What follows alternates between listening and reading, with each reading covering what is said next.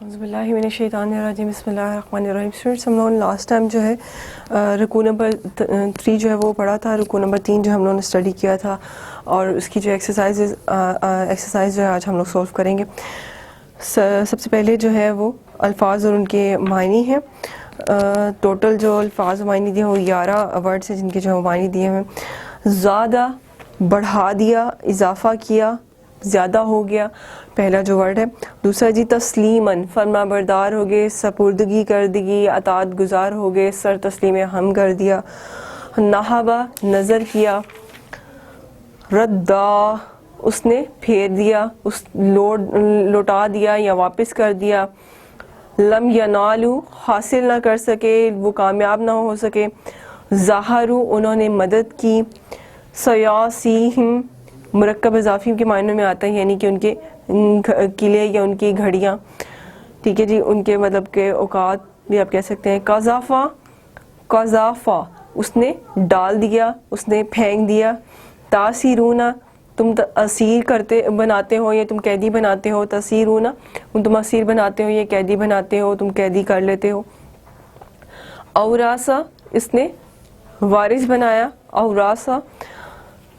لم یطاؤنہا، لم یطاؤہا، تم نے پامال نہ کیا، تم نے پاؤں نہ رکھے، تم نے جو ہے وہ اس کو برباد نہ کیا یا تم نے اس کو جو ہے وہ تباہ نہ کر دیا. ٹھیک ہے جی، یہ 11 میننگس ہے. نیکسٹ جی آیات اور ان کے مفہوم ہیں، عبارات کے مفہوم دیے ہیں. سب سے پہلی آیت جو ہے وہ تیسرے رکوع کی جو ہے وہ پہلی ہی آیت ہے. لَقَدْ كَانَ لَكُمْ فِي رَسُولِ اللَّهِ أُسْوَةٌ حَسَنَةٌ، بے شک تمہارے لیے رسول اللہ صلی اللہ علیہ وسلم کی زندگی بہترین نمونہ ہے. اس کی میں اس سے بڑھ کر اور کیا وضاحت کروں کہ ہمارے پاس اگر زندگی گزارنے کی جو واحد جو وہ کنجی ہے یا واحد جو وہ ضابطہ حیات ہے تو وہ نبی کریم صلی اللہ علیہ وسلم کی زندگی ہے، ان کا ضابطہ حیات ہے کہ ہم اللہ تعالیٰ کے جو حکم کے مطابق ان کے نبی صلی اللہ علیہ وسلم سے آخر زماں حضرت محمد صلی اللہ علیہ وسلم سے جتنا کچھ سیکھ سکتے ہیں، جتنا کچھ لے سکتے ہیں اتنا ہی کام ہے. ان کی اپنی ذات ایک مکمل ہمارے لیے ہدایت کا سرچشمہ ہے. اور یہاں پر جو اس کا ذکر جو اس لیے کیا جا رہا تھا کہ مسلمان جو تھے وہ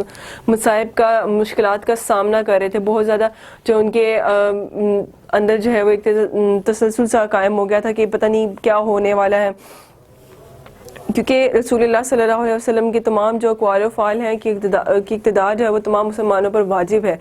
اور لیکن جو غزوہ احزاب کے وقت کیا ہوا تھا کہ اس موقع پر اس لیے اس کا ذکر کیا جا رہا ہے کہ مسلمانوں کے اندر جو ہے وہ ایک بے چینی سی پیدا ہو رہی تھی. ان مشکلات و مصائب کا وہ سامنا تو کر رہے تھے. اس کا وقت تھا کہ وہ مصائب کا وقت تھا کہ جس میں عموماً جو ہے ہر انسان جو ہے وہ گھبرا جاتا ہے کہ اس قسم کی سچویشن تھی.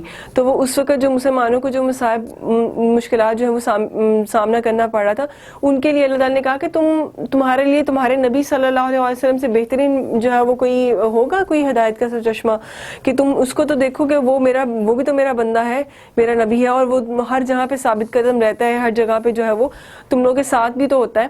اور اس سے اللہ تعالیٰ کی جو ہے نصرت پر، اللہ تعالیٰ کی مدد پر اتنا یقین ہے، تو تم لوگ بھی جو اپنا وہ جو ایمان ہے، اپنا یقین جو ہے وہ اس پر قائم رکھو. پھر انہوں نے کیا کیا جی کہ خصوصاً جب دشمنوں کی تعداد بھی بہت زیادہ ہو تو اس لیے مسلمانوں کو تاکید کی گئی کہ وہ ایسے موقع پر دشمنوں سے ڈرنے کی بجائے اللہ تعالیٰ کی جو ہے وہ اطاعت کریں، اللہ تعالیٰ اور اس کے رسول صلی اللہ علیہ وسلم کے احکامات پر جو استقامت کے ساتھ ان کے استقلال پر جو ہے وہ نظر رکھیں، ان کے استقامت کے ساتھ جو ان کے نظریے پر جو وہ کھڑے رہیں، ان کی جو بات کو جو ہے وہ مانتے رہیں اور جوان مردی سے آپ صلی اللہ علیہ وسلم کے ساتھ جو ہے وہ جنگ کرتے رہیں کہ پیچھے مت ہٹیں.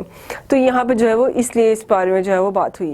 فَمِنْهُمْ مَنْ قَضَىٰ نَحْبَهُ وَمِنْهُمْ مَنْ يَنْتَظِرُ.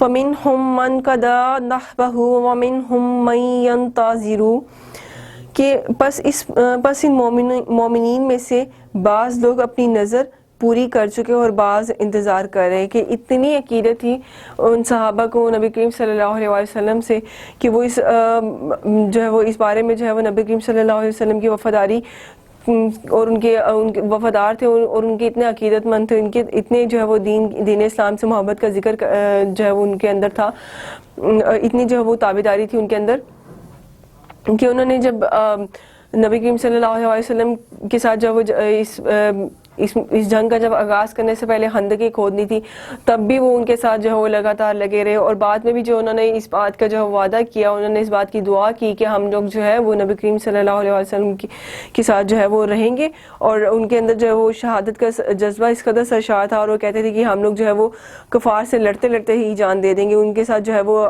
لڑائی کرتے کرتے ہی اپنے آپ کو جو ہے وہ شہادت کے رتبے تک پہنچا دے گا. اور ان میں سے بہت سارے صحابہ جو ہے وہ شہید بھی ہوئے, انہوں نے اپنے سینوں پر شہادت کو جو ہے وہ شہادت سے جو ہے سرفراز کیا, اور ان میں سے کچھ جو ہے وہ رہ گئے تھے جن کو جو ہے بعد میں بھی جو ہے وہ اس چیز کی جو ہے وہ خواہش رہی ہمیشہ, جن میں جو ہے حضرت موصب ابن عمیر رضی اللہ عنہ کا جو میں اگر یہاں پہ ذکر کروں کہ وہ بھی صحابہ رسول صلی اللہ علیہ وسلم تھے, اور ان کو جو ہے وہ یہ خواہش تھی کہ وہ بھی جو ہے شہید ہو سکیں. لاسٹ آیت جو ہے وہ پڑھتی ہوں.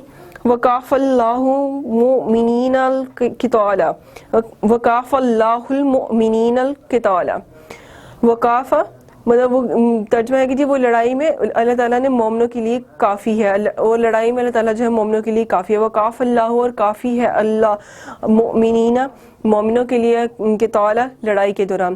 کہ یہاں پر جو ہے غزوہ احزاب میں جو ہے وہ ظاہری جو اس کے اسباب تھے اس کے لحاظ سے مسلمانوں کی کافی جو ہے وہ پریشانیاں تھیں, کافی ان کو جو پریشانی کے حالات کا جو وہ سامنا کرنا پڑا, اور اندرونی اور بیرونی خطرات کو بھی مد نظر رکھتے ہوئے جو ہے مسلمانوں کی پریشانی اور گھبراہٹ جو ہے وہ بجا تھی.